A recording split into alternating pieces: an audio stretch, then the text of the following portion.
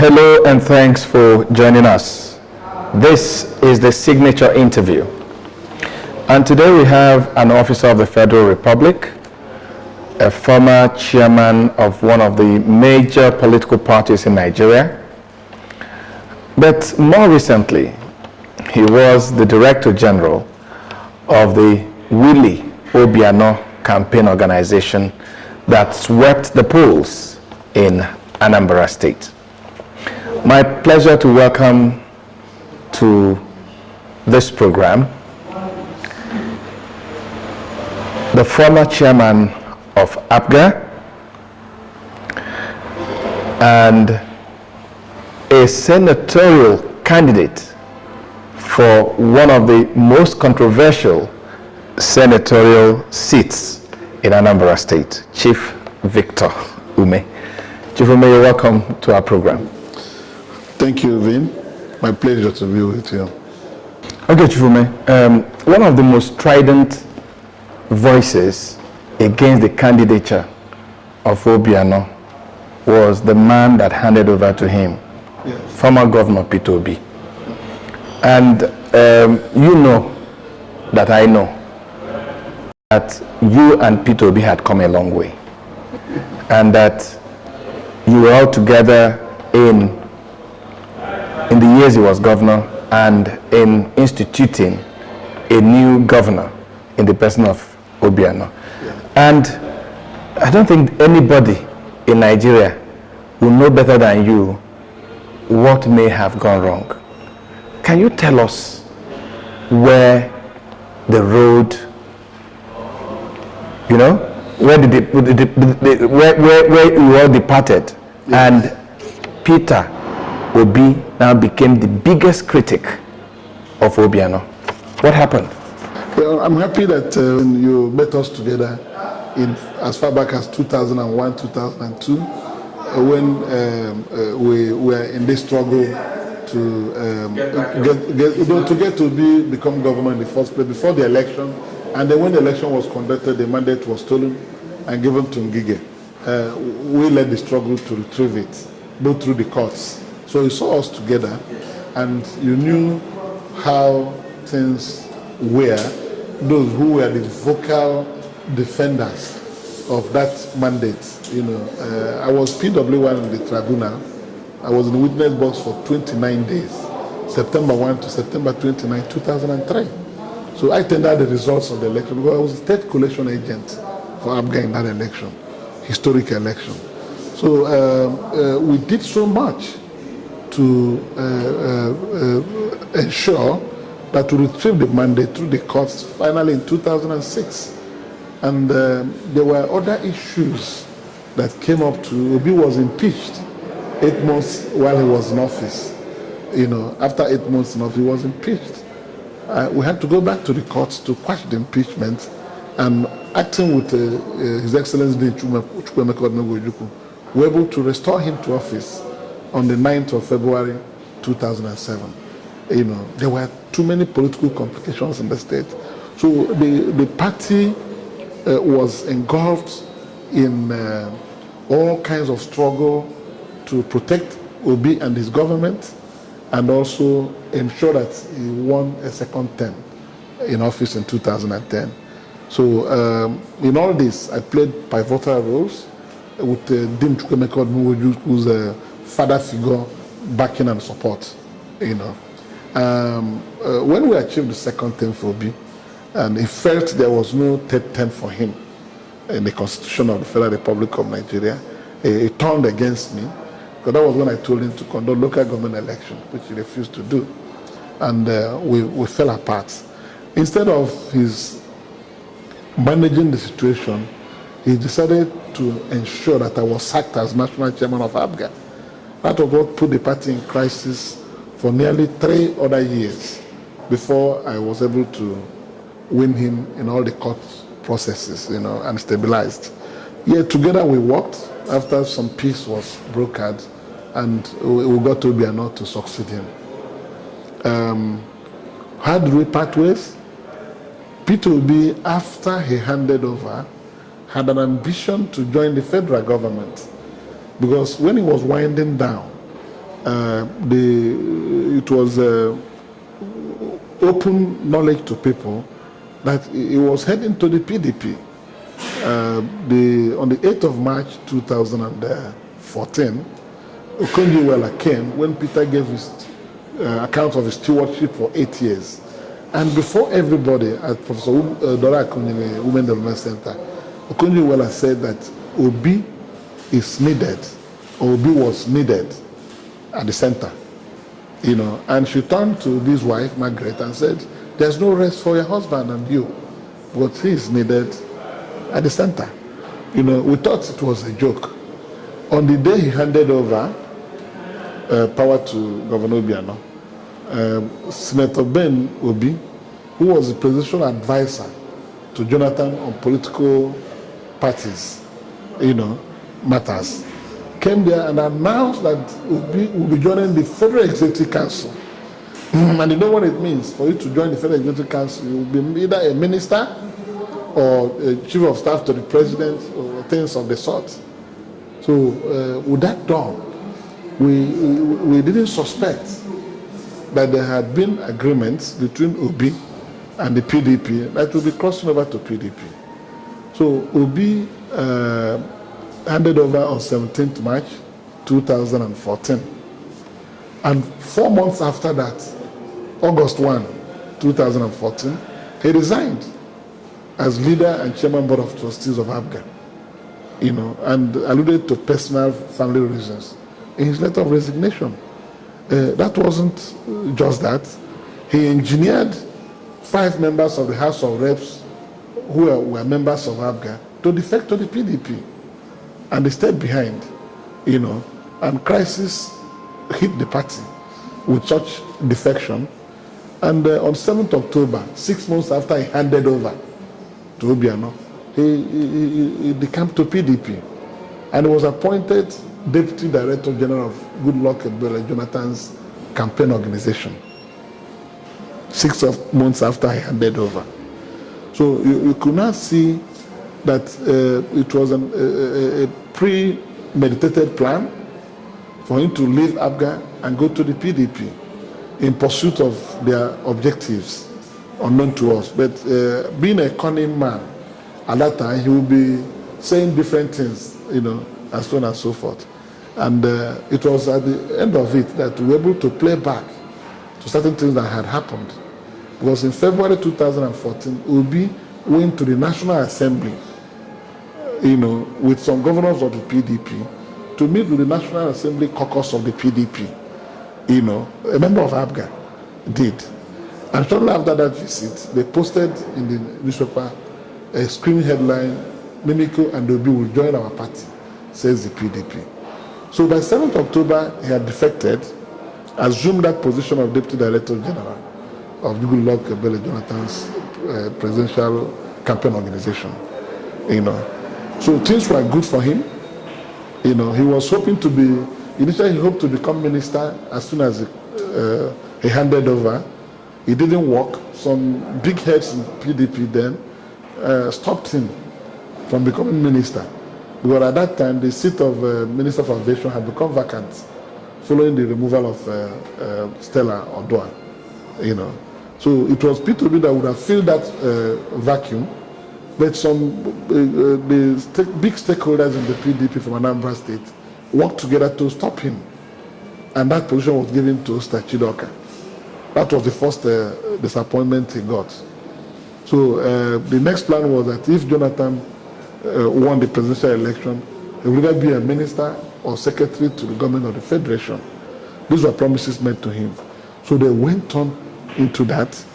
And in the 2015 general elections, you will not believe, P2B, the APGA toiled for and kept in office for 8 years, despite the traumatic challenges that came his way, became an opponent of the party, you know, driving the PDP machinery to annihilate the party, that saved him from the jaws of PDP. You know, it was PDP that took his mandate and had to go through the courts, through strenuous exercise to retrieve the mandate.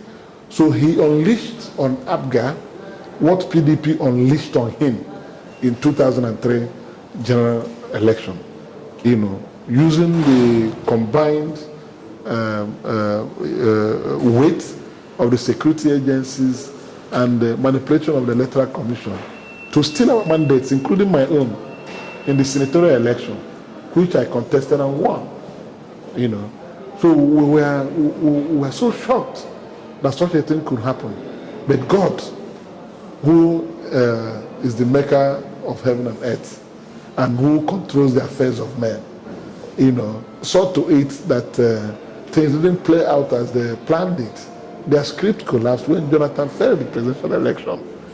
With the victory of President Muhammad Buhari in that presidential election, it was like fish brought out of water.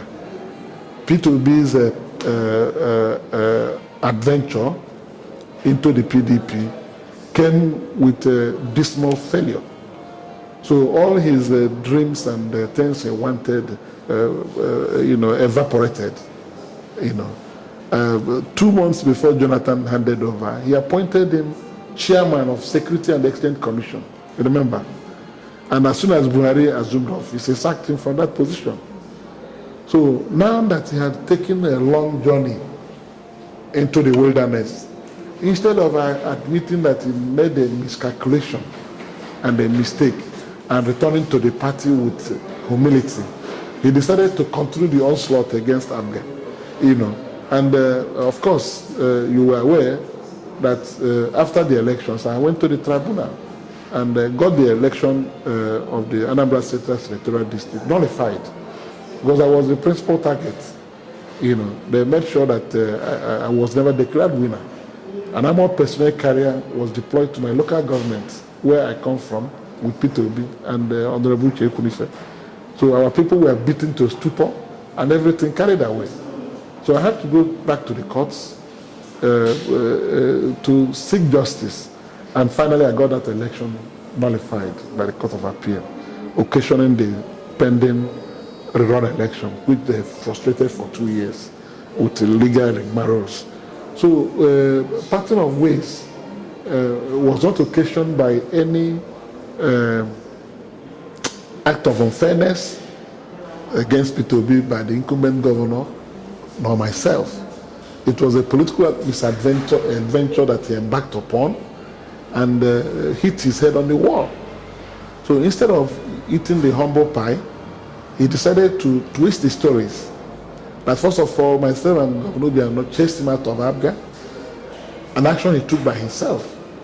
And with that, he mobilized. Having become a stalwart of the PDP, he started attacking APGA. This was even responsible for his colossal failure in the last election. He started attacking APGA, calling APGA a local league, that he joined PDP that is now a Premier League. He can't play in a local league.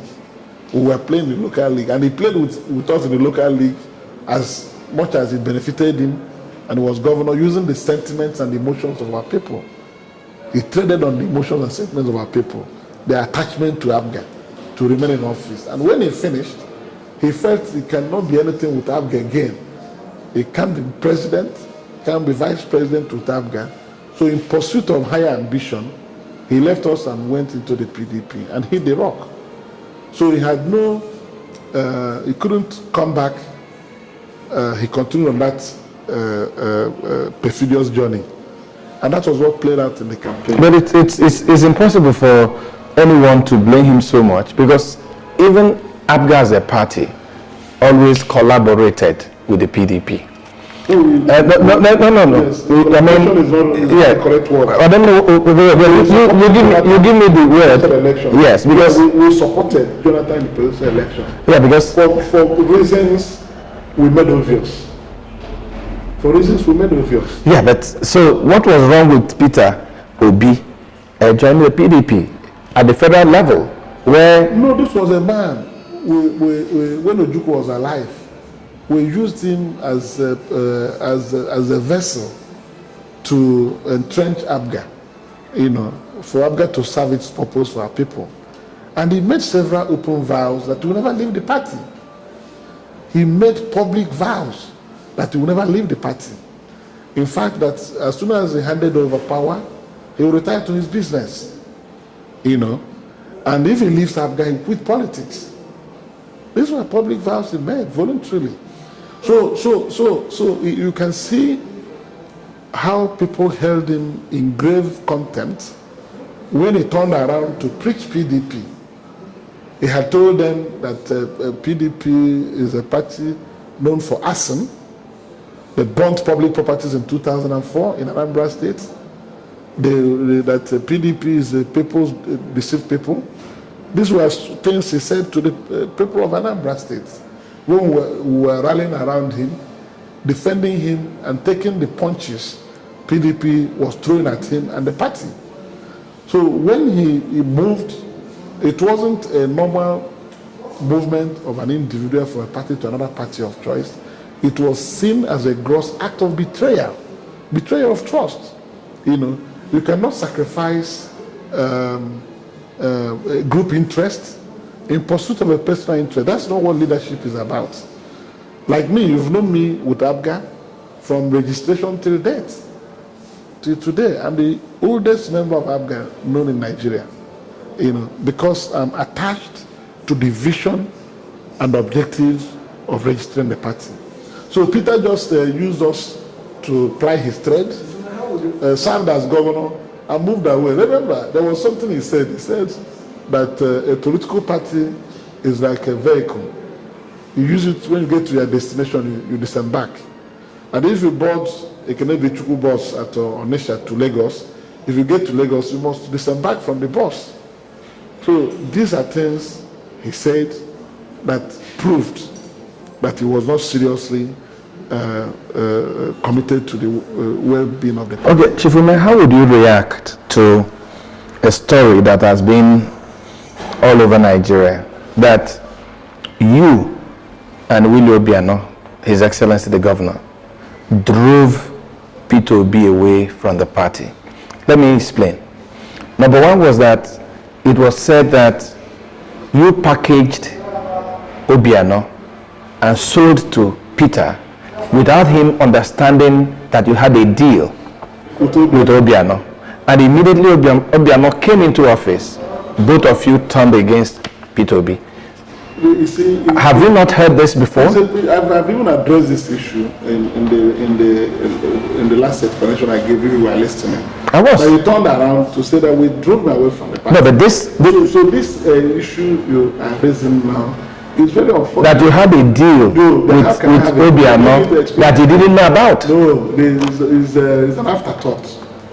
Let me tell you, I'm a Papal Knight. I'm a Catholic Knight, not by appointment. I became a Knight of St. John for the past 17 years, since 2001. I'm a major in that order, that noble order. And just recently, I was appointed Knight of St. Sylvester by the Pope. So I have no reason to come and sit down and tell you lies because I'm a politician. Peter Obi sold this story to the public to see if he could cover his misadventure by going to PDP in pursuit of higher ambition and crashed on the way. He came back with this story. There was no deal between me and Obiano. And to explain to you today how Obiano emerged to become the candidate, he said I packaged him and sold to him, and he bought it because he's a nitwit. He wasn't able to see through the packaging and deceit. I didn't know. He had no trust for him. He doesn't even trust his wife, incidentally. So let me tell you what played out. In 2013, because of the nagging problem I had with Obi, I told him to conduct local government election in 2010. From 2010, he started sponsoring my ouster as national chairman of APGA. It was very turbulent. He went to Enugu in 2012 and initiated a court action against me before the Chief Judge of Enugu State, Justice Umezurike. And on the 8th of February 2013, the judge delivered a bizarre judgment and sacked me and my leadership of APGA. on the point of Mr. Peter Obi. And I went on appeal. You know, he tried to twist the appeal. I first of all applied for stay of execution of that order, and I got the stay of execution order made in my favor on the 8th of April.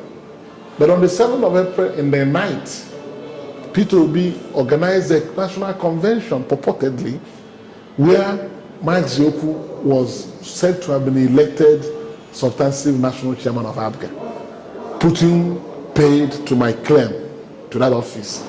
So we can now see Obi first of all sacked me from the party, you know.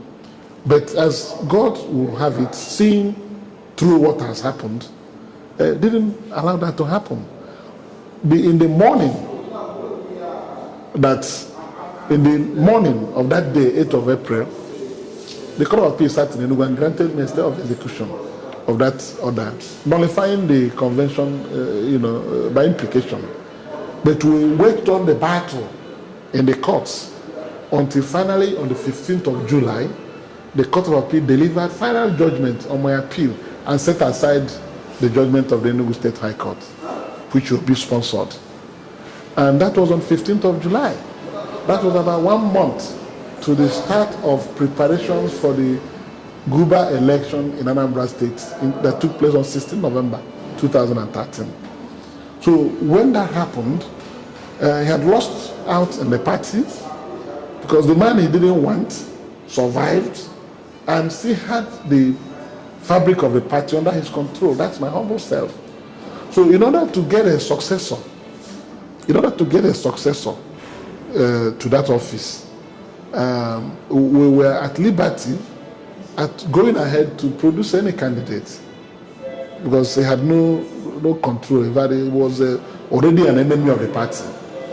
But because I didn't believe in the spirit of winner takes all, some people broached peace between two of us against an early agreement we had that whoever won that litigation should produce the candidate and that person will support. So they called for a peaceful mediation, and I submitted myself to that mediation process. It was at that point that we started talking about who shall be the candidate. Anybody I suggested, he rejected. And he suggested the one Chinedu Idigo. I rejected him. He suggested Oseloko Obaze, who he now sponsored in the PDP primaries, in the last election. I said no. Obaze was his secretary to government. And this was somebody I never knew. He never talked to me.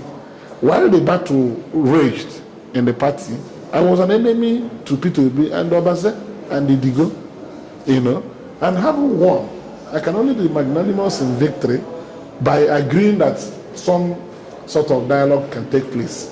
Otherwise, I would have proceeded.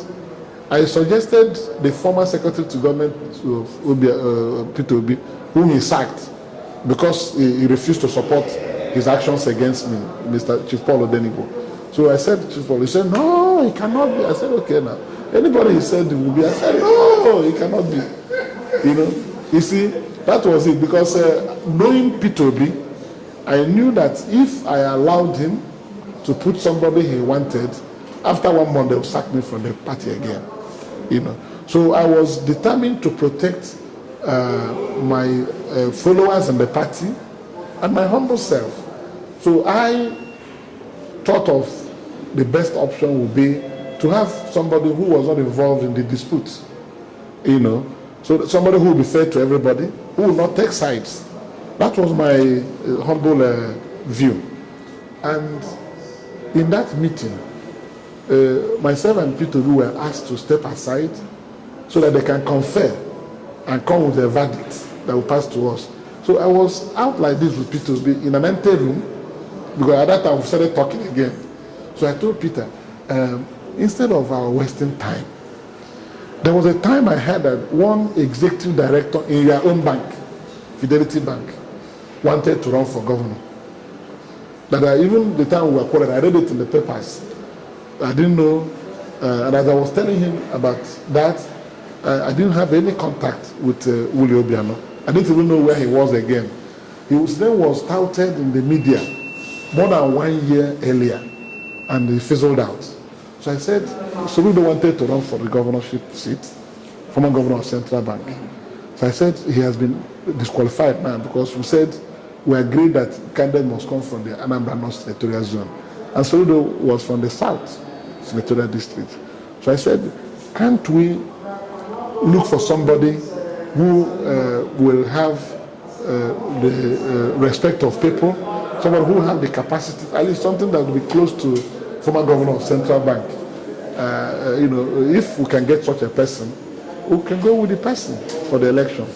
So he said, who is that person? I said, you know who I'm talking about? He said, is this Willie Obiano? I said, yes. He said, do you know him well? I said, no, I have not met him in close range. But I saw him only once in 2011 in Port Harcourt in a convocation ceremony where he came with the Fidelity Bank team. Some people got PhD, honorary doctorate degree. So we greeted, and sincerely speaking to you, I've never met Obiano again. So I told him, if he's that person you can bring, then we can take him. Leave this other one. I don't want to say anything obscene about the first choice, Chinedu Idigo. I said, leave him. He has no capacity, and he has no capacity to do that. Then the SSG, I consider him because we have political interests. I cannot subject ourselves to that. And what I did played out later on. You'll see, I'll tell you shortly. So when I told him that, he said, okay, if I will accept Obiano, it was a question of who I will accept as national chairman. I said, yes, if you bring him, we'll go with him. So when we now went back to the larger meeting, they were looking at themselves, what to tell us as their as their suggestion on the way forward. Yeah. I told them not to bother. That I and Peter had conferred when we were waiting in the anteroom, and there's somebody who we've agreed that if he can come, that it will be acceptable to us. I didn't know anything about Obiano, but I felt that nothing will make him be like those who worked with Peter Obi and persecuted me together, and my group. So we mentioned the name Willie Obiano. So Peter was looking at the mediators. So they asked him, is that true? He said, yes. Peter said, yes. But he first asked me that question, do you know Obiano well? I said, I don't know him. I've never had any chat with him. I don't have his contacts. So there and then, progress was made in the meeting. That since he suits what we are looking for, he's from the Anambra North Senatorial Zone, which Peter pleaded for. Even Paul Odenibo that I suggested is also from Anambra North Senatorial Zone. So we had to put all of them down. I said, let's put everybody down and go for a compromise candidate. That was what happened. So Peter said yes. And Peter was given the mandate to invite Obiano. And with that, my mind was closed on the issue. So I went back to the party to prepare the party for the primaries. And Peter got all those people that have been ruled out to come and buy nomination forms. Obaze, Idigo, even Tony Maketa, and of course all the people he sponsored. So why was he doing that? He doesn't keep faith. So at that time I thought we had settled the issue. He didn't want to keep faith with the arrangement. So he was wanting to fight again during the primary to put a candidate of his choice. If not for the shortness of this interview, I will surprise you with evidence. So, and finally, he was told to go and get the person. He didn't call Obiano. The process was on. 3 days to the closure of buying of expression of interest form. I called Peter Obi. I said, because I was always checking with the registry in the party office. Has anybody bought form for Obiano? They said no. And I called Peter. I said, please, do not renege on the arrangement we had with the mediators. Obiano has not taken expression of interest form. Have you not contacted him? He said, oh, no. I said, if you don't bring that man, we go back to square one. It was a threat I gave him. So he now ensured. You mean at that time you didn't try yourself? No, I didn't have his number. Just listen to a factual story. Then on Friday, that was the last day, Peter sent somebody to the secretariat to come and buy expression of interest form for Obiano. His commissioner for works, he sent him, one architect, Ilo Zumba. He came on Friday, last day, and then obtained the expression of interest form for Obiano for 2 million. And we had our next meeting the next day, so we cleared him to go into the next stage of buying nomination force. So when I got home to Enugu on Sunday, I became worried that Peter was up to some pranks. And in politics, the walls have ears.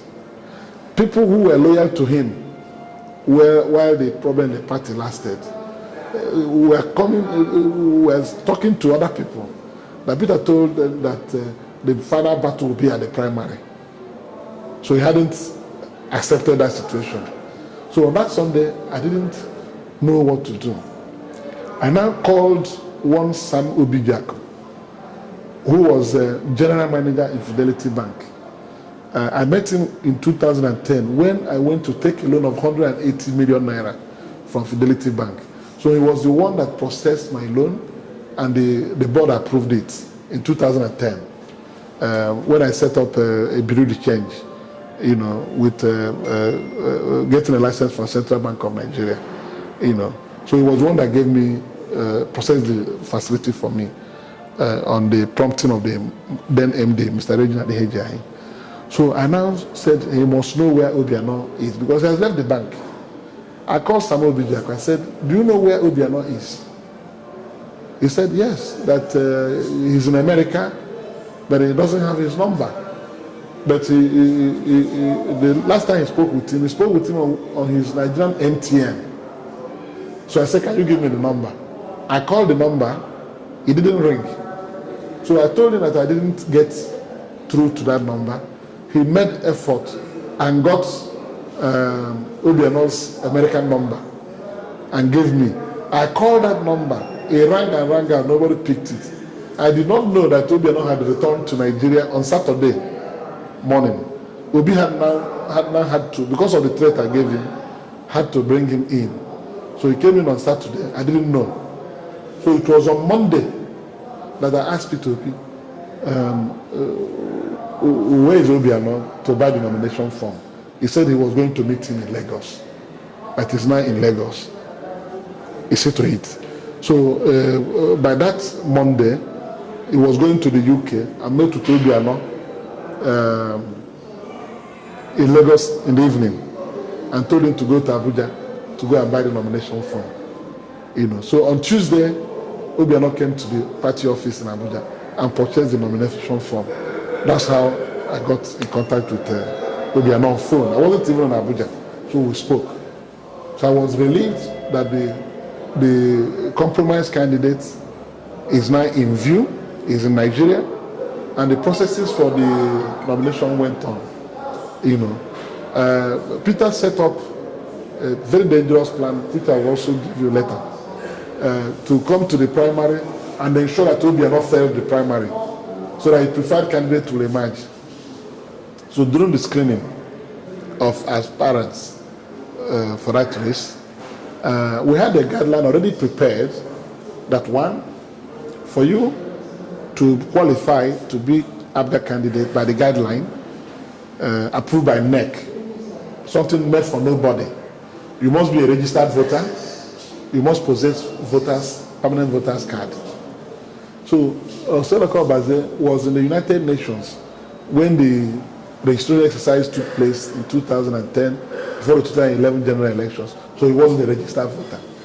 So before the screening panel, he had no permanent voters card. And they asked him, where is your card? He said he wasn't registered yet. And he wasn't in Nigeria when the exercise took place. So that eliminated him.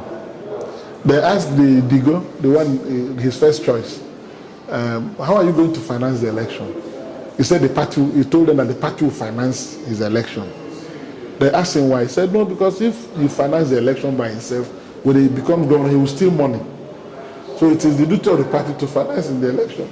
So they disqualified him. Because of that? Yes, because that's full financial capacity to prosecute the election. These were things that were taken to court and they're all lost in the screening, you know. So that was how his preferred candidates could not move to the primary stage. And they now called me, sent messages to me to clear them, you know. They went on appeal. Their appeals were dismissed. Couldn't salute all of them, you know. Soludo had a pending case with the EFCC, with which they relied on removal because he was desperate too, wanting to do anything to take the ticket, you know. Plus, he had a strained relationship with President Goodluck Jonathan at the time. So we, as a party, considered that even if he was allowed to contest the election, the weight of the federal government would be against Abga. Jonathan wouldn't want him to be governor. Obi told me this too personally. You know, I swore with his children, I can take it to the bank. So with that, we tried to navigate. And finally, at the primary, Obiano emerged. So I had no deal with him. I had no prior conversation with him. It was on the 10th of August, 11th of August, that Obiano came to my house in Enugu for the first time. And it was 10th of August that I met Obiano face to face again in Obi's office at Oka. So Peter Obi now told this is the national chairman. He said, yes, he's been reading about me and all that. So he told him that he must come to my house in Enugu to inform me officially that he will be running for the governor through Abga. So we agreed. On Sunday he came. He came to my house on the 11th. And when he came on the 11th, he's alive, go and ask him. I didn't ask him for anything. I told him, please, I want you to be fair to everybody and don't allow this party to suffer. I want you to ensure that this party grows. In fact, with two hands, he bent down and told me he would never let anybody down. He will not, this party, he won't allow it to suffer. This was the only condition I gave to Obiano. Then this man left me on the 11th. On Monday, the 12th, Peter Obi sent Oseloko Obaze to my house in Enugu to also come and tell me he was running for the ticket of Abga. On the 11th, on Monday, 12th. No, but we hadn't reached that stage. Yeah. So it was that week that he was now disqualified. When it was now obvious to me that Peter had a grand design, a grand plan to stop Obiano in the process. You know, as a governor who had delegates and all that, he could do anything, you know, not without my support anywhere as chairman of the party. So when that man came, Obaze, and came to my house and told me that Obi asked him to come and ask me for support, and that he wants me to make him my official candidate in the primaries. So I laughed. I told him that nobody is my official candidate. If you go through the primary and succeed, that's fine. So when he left that Monday evening on the 12th, on 13th morning, I got a text message from Peter Obi. And the text message, I will give it to you, read, so that you know what really happened. Obi wrote, Chairman, thank you for seeing Oseloko Obaze. It will help in whom our final choice will be. So he gave himself out. That was why in the screening, all those people were yanked off. Was it a personal design? Was it something you ensured as national chairman because of your fears that you weeded them out? No, one was that we had to enforce the guidelines very strictly. There was no point. No, it was a breach of agreement. Yeah, but you also. Yes, if I had relaxed, maybe if I had relaxed, something would have gone wrong.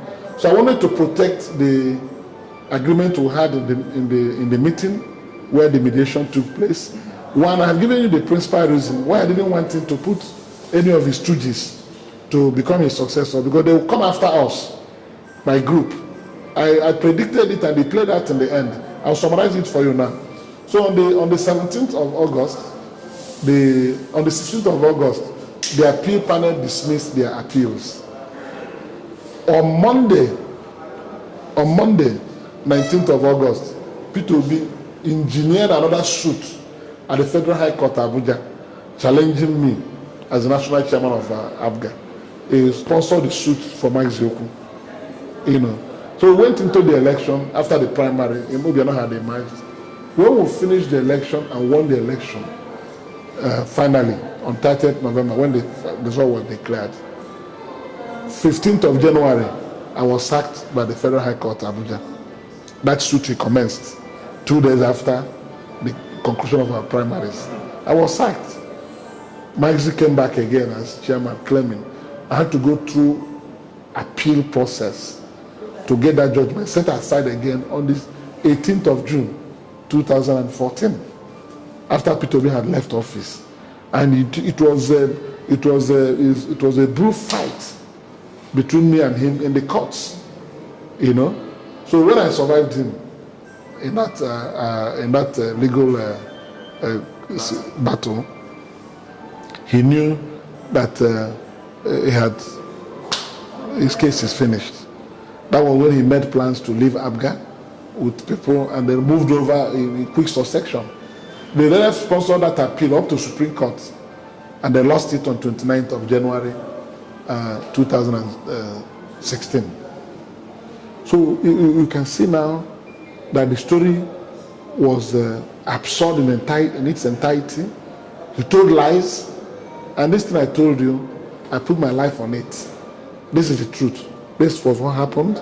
So nobody conspired to sack him from the party.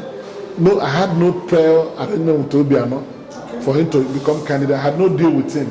So these were things he manufactured. And when he turned against Obiano in this election, he started denying Obiano in his public speeches that he didn't know him. Somebody who was the executive director in his bank, Fidelity Bank, where he was chairman of the board, he now said he didn't know him, that it was Victor who brought him and foisted him on him. And Obiano told the story that he became executive director in Fidelity Bank with P2B's vote. So I was a stranger to both of them. But the action I took was self-preservative.